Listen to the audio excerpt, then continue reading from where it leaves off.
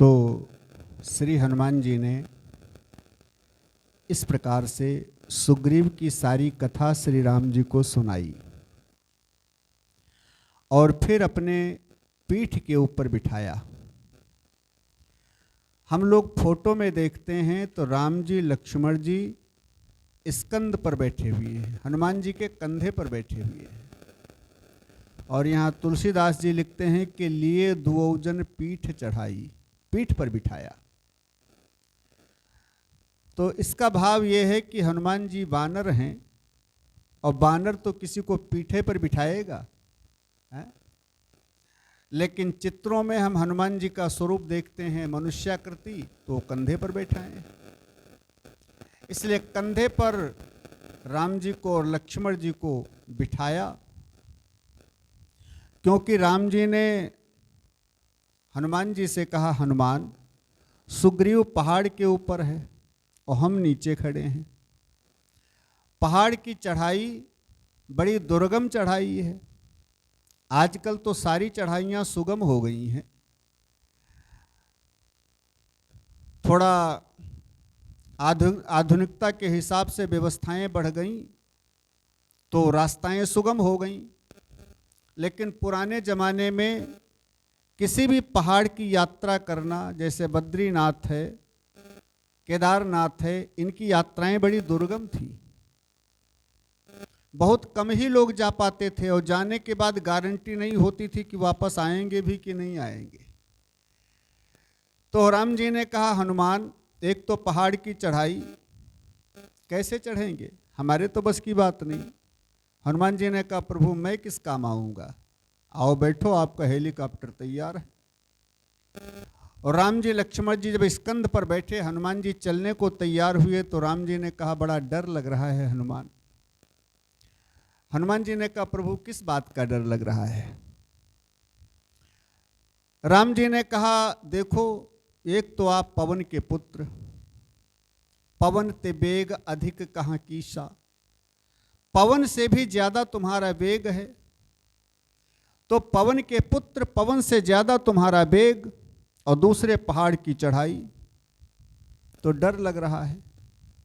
हनुमान जी ने कहा, प्रभु जब किसी के कंधे पर बैठ करके कोई डरता है तो ये काम करता है।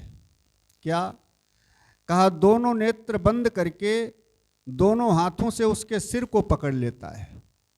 भाव ये रहता है कि अब तुम्हारे हम सिर पड़े, चाहे पहुंचाओ चाहे गिराओ। तो प्रभु आप भी वही काम कीजिए, अपने दोनों नेत्र बंद करके दोनों हाथों से हमारे सिर को पकड़ लीजिए। और यहां भाव बड़ा सुंदर है। भगवान को अगर हम पकड़ने का प्रयास करेंगे तो हमारी पकड़ से भगवान छूट सकते हैं। इसलिए भगवान से निवेदन करो, प्रभु हम आपको नहीं पकड़ सकते हैं, आप मेरे को पकड़ लें। अगर भगवान ने आपको पकड़ लिया है तो उनकी पकड़ से आप कभी छूट नहीं सकते हैं, और हमने अगर भगवान को पकड़ रखा है तो वो पकड़ मेरी छूट सकती है।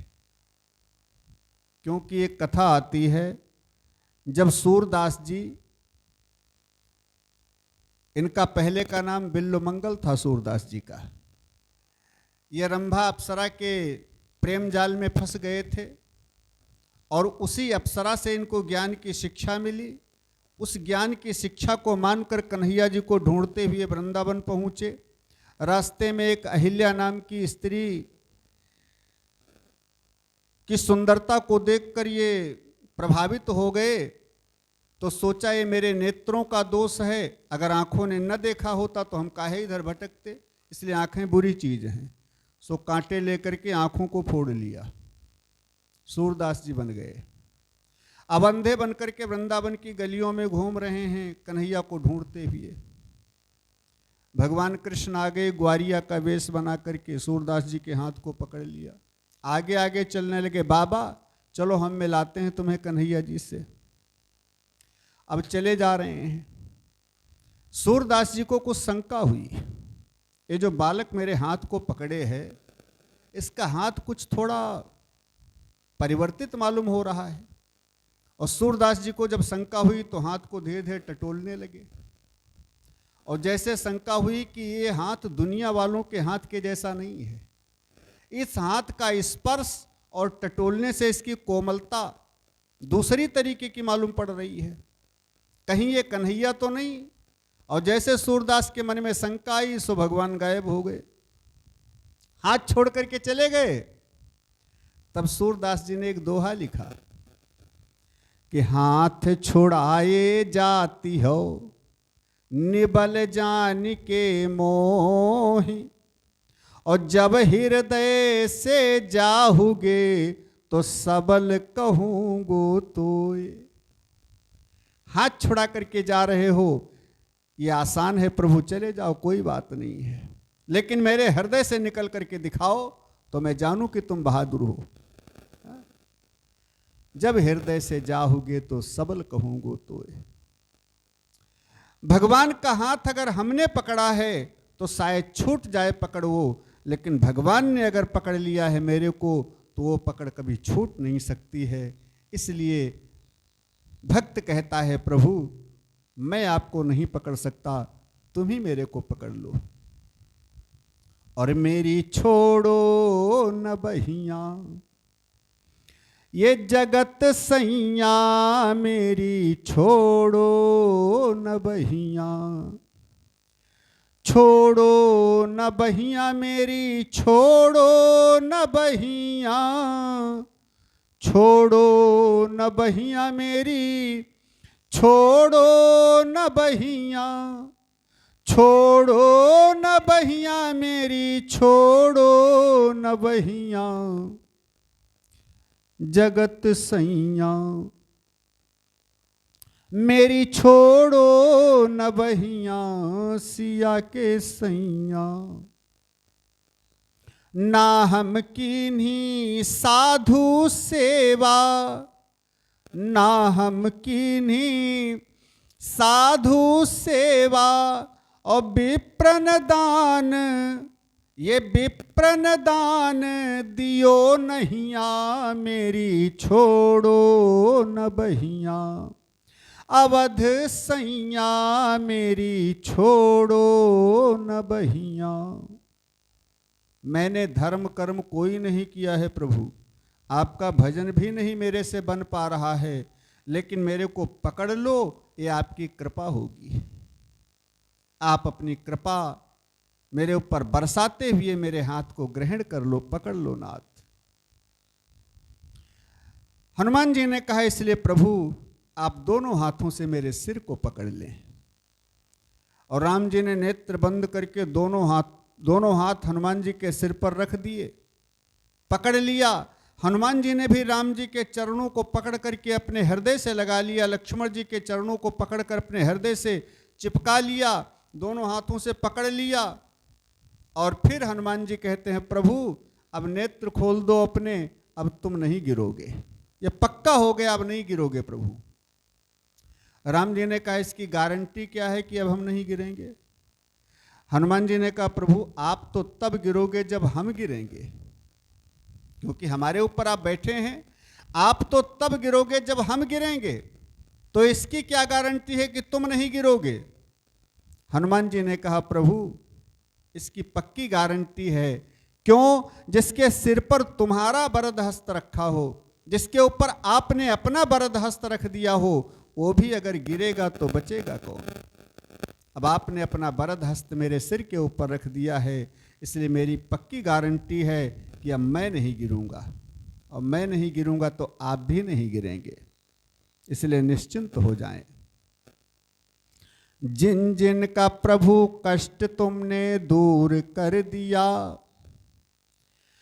जिन जिन का कष्ट आपने प्रभु दूर कर दिया, उन सब ने जगत में आपको मशहूर कर दिया।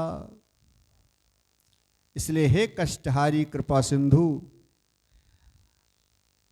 आपका वरद हस्त मेरे सिर पर हो गया है, अब मेरा पतन नहीं होने वाला है। और श्री हनुमान जी ने राम जी को पहाड़ के ऊपर सुग्रीव के पास पहुंचाया।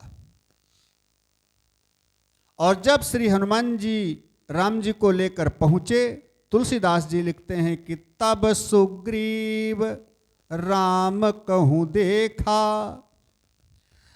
अतिशय जन्म धन्य करी लेखा। जब श्री हनुमान जी ने राम जी को पहुंचाया सुग्रीव के पास, तुलसीदास जी लिखते हैं तब सुग्रीव राम कहूँ देखा। कब? तब। कब? जब श्री हनुमान जी ने दिखाया। इसका भाव क्या है? जब गुरु जी की दृष्टि से या सदगुरु के माध्यम से हम भगवान को देखते हैं तो भगवान की मेरे को पहचान होती है। जब तक सदगुरु की दृष्टि पर मेरे को भरोसा नहीं होता है या सदगुरु की दृष्टि से हम भगवान को नहीं देखते हैं, तब तक भगवान की पहचान करना बड़ा मुश्किल है। एक बात समझें, यहां संत कहते हैं कि मुश्किलें होती हैं आसान बड़ी मुश्किल से, मुश्किलें होती हैं आसान बड़ी मुश्किल से, आदमी बनता है इंसान बड़ी मुश्किल से। कहते हैं मनुष्य की आकृति में रहना आसान है, लेकिन मनुष्य की प्रकृति में जाना ये कठिन बात है। मनुष्य शरीर पाना आसान है, लेकिन मनुष्य शरीर पा करके मनुष्यता के कर्म कर पाना ये कठिन बात है। मनुष्यता के कर्म कर पाना ये कठिन बात है। अगर मनुष्य कर्म करना चाहे तो भी वो कर नहीं सकता है बिना राम जी की कृपा के। क्यों? मनोरंजन के साधन हो तो हमारा मन लगता है, और केवल ज्ञान की चर्चा होती हो, मनोरंजन का साधन न हो, हम सुनने भी बैठ जाएं तो मेरे को नींद आती है, आलस्य आता है, नहीं कुछ आया तो जरूरी काम दिमाग में आ गया, तुरंत उठ करके चले गए। क्योंकि सारे झंझट उसी समय घेरते हैं जब हम अच्छा काम करते हैं। इसलिए बिना राम जी की कृपा के हम अच्छे काम नहीं कर सकते हैं। जो आतंकवादी है, सारा दिन सारी रात पूरी जिंदगी जो खून खराबा करता रहता है, एक महान आतंकवादी, मनुष्य का शरीर उसका भी तो है? तो मनुष्य का शरीर पाना तो आसान है, लेकिन मनुष्य की प्रकृति में जाना या मनुष्य की प्रकृति को ग्रहण कर पाना यह कठिन बात है। मनुष्य बनना कठिन है।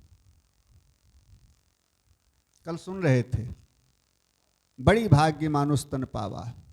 ये मानव शरीर बड़ी भाग्य से मिला, और मिल गया उसके बाद में जब बड़ी भाग्य होती है तब सत्संग मिलता है। मानव शरीर पाने के बाद बड़ी भाग्य पाइब सत्संगा।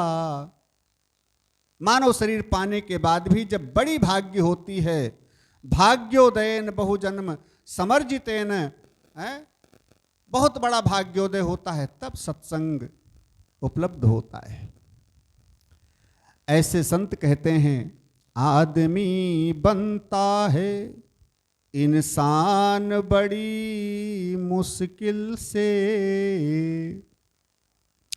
धर्म की राह पे चलना तो कोई खेल नहीं।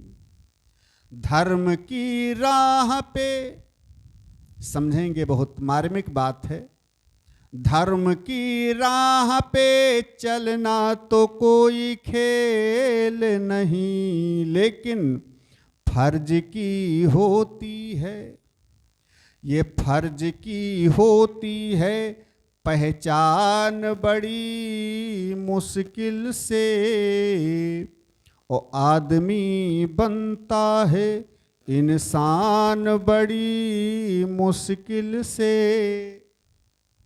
और विशेष बात यह है कि ढूंढने वाले को प्रभु मिल जाते हैं, लेकिन ढूंढने वाले को प्रभु मिल जाते हैं, लेकिन आंख कर सकती है पहचान बड़ी मुश्किल से।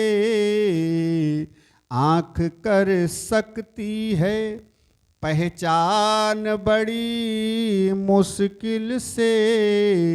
आदमी बनता है इंसान बड़ी मुश्किल से।